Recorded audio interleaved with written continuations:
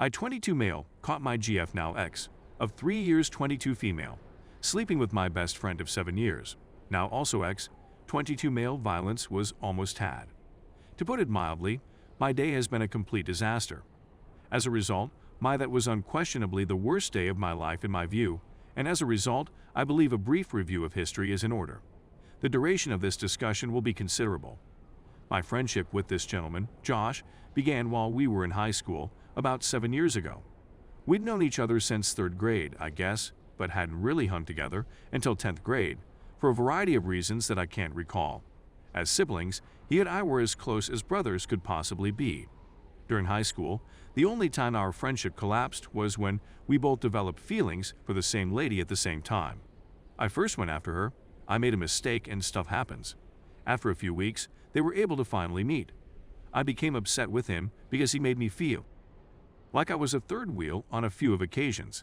Since that terrible event, things have been going quite smoothly for the most part. We went to the same high school and now share a house with 2 of our university classmates, who are also friends. Until now, everything had been going swimmingly. My first year of college has brought me into contact with a girl on his floor. She, Anna, was wonderful, and we struck up a quick friendship. We spent the next 3 years in the most loving, healthy, and joyous relationship I'd ever been a part of, and it was the highlight of my life. We never got into a fight, but instead spoke about a variety of issues. We might sit and enjoy one another's company for extended periods of time, or we could just have a good time with each other by being silly. There's no point in trying to describe myself any further since the word love, taken in its most literal sense, perfectly reflects my feelings.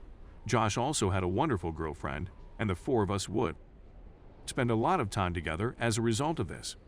They'd only been together for a year, and they didn't expect to stay together for much longer. So, let us return to the situation. Our students are on their final day of fall vacation today. Today, I had to work from 3:00 a.m. until 8:30 a.m., which was a long day. I'd made plans with Anna to meet up after work when I got back to my apartment. On my return, I discovered Josh was the only one in the house, but I could clearly hear him engaging in activities. I also saw that my girlfriend's footwear were on the ground. I had thought she had come to surprise me, given what a lovely young lady she is, but it seems that was not the case. I make my way down to my room on the 2nd floor. Much to my surprise, she isn't in the room with us. I'm plainly bewildered, and then I hear something that will stay with me for the rest of my life. Fortunately, I've heard my girlfriends cry enough times to be able to distinguish it. It's important to note that I was bullied a lot between the ages of 10 and 14. It was because of that I started taking multiple martial arts courses when I was 12 years old. I only had to defend myself once, and after that, no one dared to mess with me again. So I kept attending courses and made significant progress, and I am now capable of kicking some butts. Josh knew this. As a result, I lose all perception of reality and become nuts. I'm assuming they weren't aware of my arrival. When I really kicked Josh's door open, they were taken aback by my actions. Because he was aware that I was going to chastise him, the look on his face was really pleasing to see. Her countenance was devoid of emotion. Simply put, she was at a loss about what she should do. You know that scene in Fight Club when Ed Norton beats the out of Jared Leto? You know what I'm talking about. I had a strong one to do it, but I held myself back. My belief was that merely knowing what I was capable of doing to him was sufficient punishment, especially when combined with the loss of his best friend and other similar consequences. Then I just stood there staring at her for a while. We were both experiencing existential crises at the same time. I had the impression that we were being flung in and out of reality for around 5 minutes. I had only just walked up to the front door. He'd already left the building. I removed both of her shoes off her feet and put them outside. I went to my room and gathered all of her weird attire, placing it in a bag and leaving it at the front door of the building. She was in tears at this point in time. She proceeded to express regret, claiming that it had occurred just once and that it had been an error on her part. I told her to go and never talk to me again in the most calm and collected way I could muster, and that we were officially through. My emotions were exploding, and I could feel them erupting. The thought of curling up in a ball and dying made me want to and shout. That occurred around 5 hours ago. Right now, I'm in a lot of discomfort. Josh's girlfriend was told, and she has since ended her relationship with him. It's a shame that some people still think this is a scam at this point. This just isn't the case. I'll post an update later in the week if and when things have changed since then. For the time being, I've gone home to my parents' house for a few days to decide out where I'll be residing. Story 2. Me, 38 male, with my wife, 37 female of 14 years. She cheated, lied, invaded my privacy, shared private issues. I've been married to one of the nicest, most generous persons I've ever encountered for the last 14 years. She's kind and outgoing, as well as talented and amusing.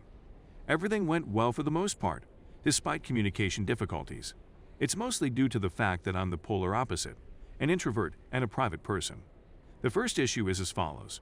Following our wedding, she told me that when we were dating 15 years or more ago, her ex-boyfriend walked up and kissed her while they were having a conversation. I was overjoyed when she informed me, but something about the way she told me made me feel a little uneasy. It was about 7 months ago when I found what it was. It was because of her sorrow that she came clean and told me that she had kissed him, not the other way around. She said that she kissed her ex because she had feelings for him and wanted to express them. It was only after kissing him that she realized she hadn't done so. A few things were causing me irritation. She was the one who cheated on me initially. Second, she lied about what happened for 15 years about what happened. My wife and I had already built a life together, kids, home, dog business, when this happened, and I don't believe it would have happened had she not notified me immediately away. My life would be considerably different right now. Because that sort of content is tough for me to digest, I had a terrible time with it. At first. According to her latest statements, she has shown no regret for what she has done. That she believed something positive came out of it, in the sense that she realized she no longer had feelings for her ex-boyfriend. Moment 1. WTF is going on? Another issue is that my wife opted to encroach on my personal space just a few days after she had told me the truth.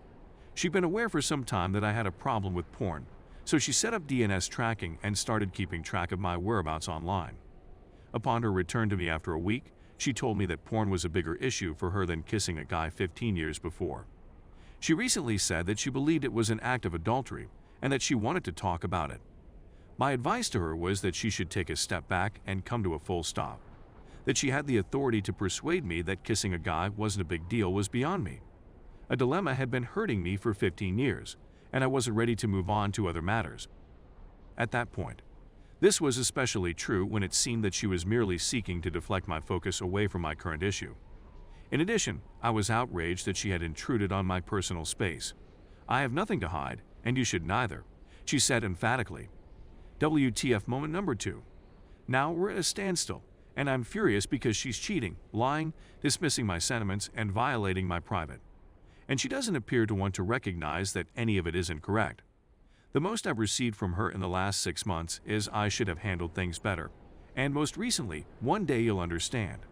I just discovered that she was logging DNS once again. I blew out at her, and we got into a big fight. But it was via that dispute that I discovered she confided in a common acquaintance of ours about the problem. I've urged her many times to respect my desire for privacy and to keep our problem out of our circle of acquaintances. She has other persons with whom she can communicate. Now, this friend discussed it with her husband, and he confronted me about it. She not only invaded my personal again, but she also made the situation public. I feel like I've been on the defense for 7 months due to her incessant assaults. I'm still not over her cheating and lying because of those assaults. Update. We have a therapy session tomorrow. The responses in this thread helped me in a few ways. First and foremost, it made me understand that she has severe difficulties with being the at-fault party. Second, it made me realize that I needed to go outside of my introverted comfort zone and attend therapy with her.